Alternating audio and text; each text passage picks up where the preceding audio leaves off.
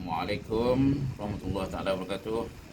Saya Muhammad Zafar Ibrahim, student di OUM Suruhanjaya, ambil kos Islamic Study ya. Tu.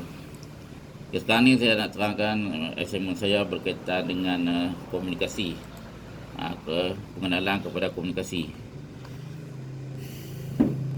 Okay, kita tengok pengenalan kepada komunikasi ini, penggunaan teknologi ICT, iaitu Information and Communication Technology, yang telah banyak membantu manusia dalam aktiviti kehidupan yang menjadikan kerja-kerja mereka tu lebih berkesan dan efektif. Dengan adanya komunikasi ini, teknologi ini, kita boleh membuat teknologi boleh membantu kita manusia ni dalam sebarang bentuk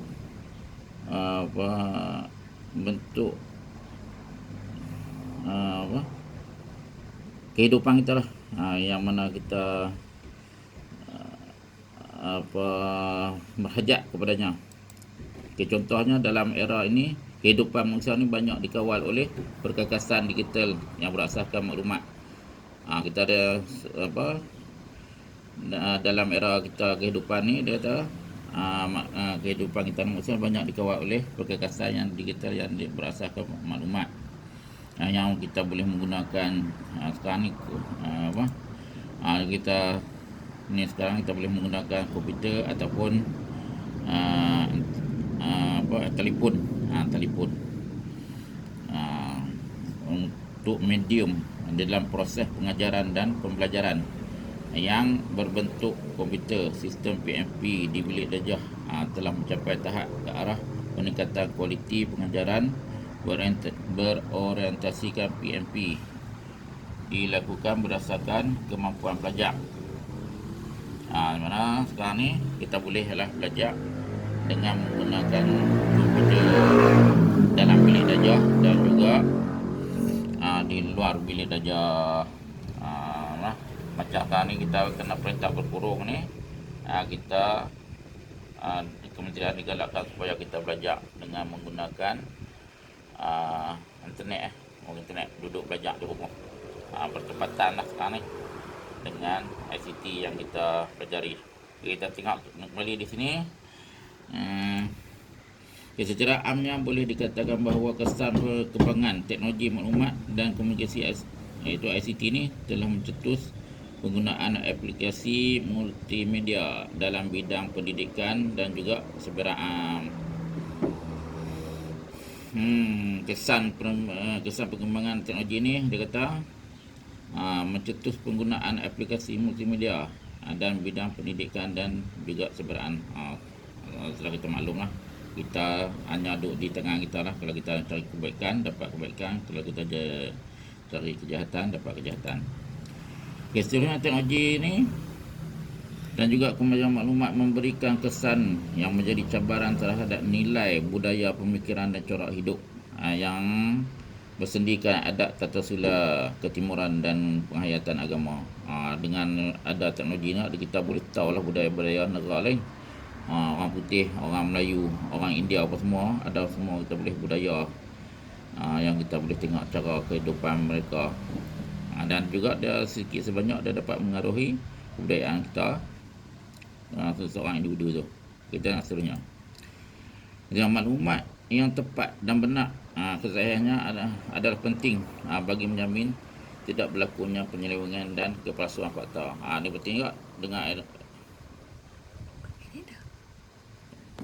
tak apalah maklumat kita tengok kesahihan maklumat sekarang ni, dengan adanya teknologi ni dia boleh kepalsuan, boleh buat banyak berita-berita palsu yang keluar, macam-macam berita yang boleh yang keluar, yang itulah perlu kita hadapi sekarang ni. Sebenarnya ketagihan terhadap laman web negatif, negatif yang itu kerosakan murah nilai kepribadian, dorongan terhadap jenayah seksual, masalah perlindungan, perhubungan personal dan juga pembayaran wang serta masa. Juga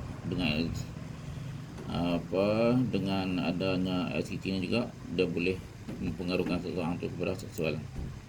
Okey, kewujudan laman web lucah juga impak kepada gejala ini, maka mereka merebaklah bermacam-macam penyakit sosial akibat ketigahan seks seperti perzinaan, pelacuran, penularan HIV dan berbagai macam-macam lagi lah. Soalan yang tak elok. Jenis internet ni pencerobohan dan juga penggunaan laman web internet, jenayah penggodaman laman web, itulah kesan dia. Yang masalah selanjutnya adalah permasalahan remaja. Minat remaja itu terhadap ICT, terutama teknologi internet dan elektronik, mendorong mereka ni menghabiskan masa di cyber cafe, internet cafe, Cyber cafe. dan telefon tangan.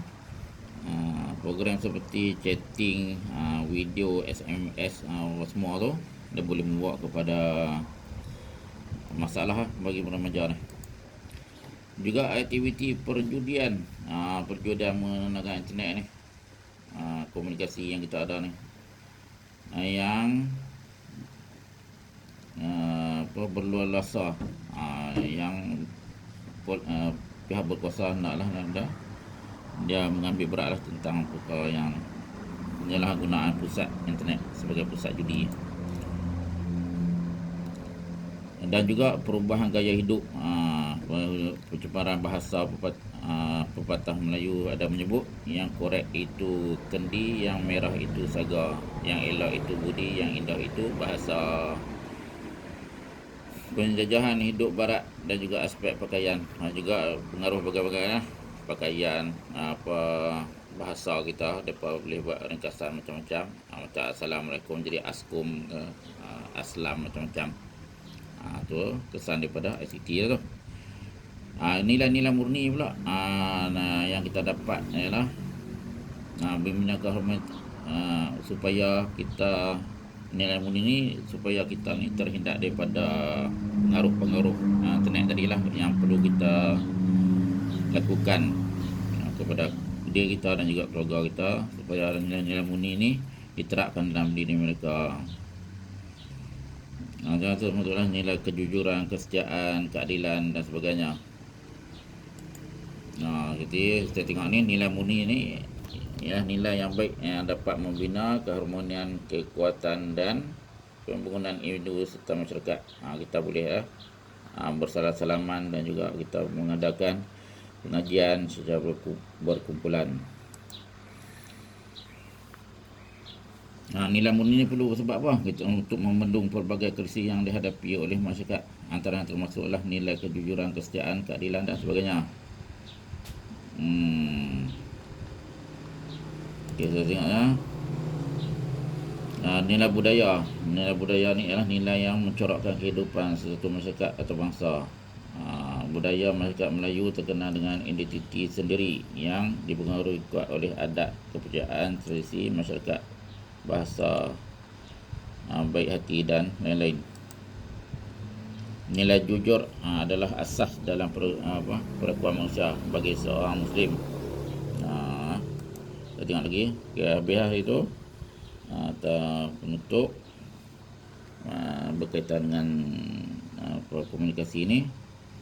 Malaysia ni sebagai sebuah negara yang aman dan makmur, mestilah melekatkan masyarakatnya dengan standard etika yang cemerlang bagi melayari alam cyber yang penuh dengan cabaran dan dugaan.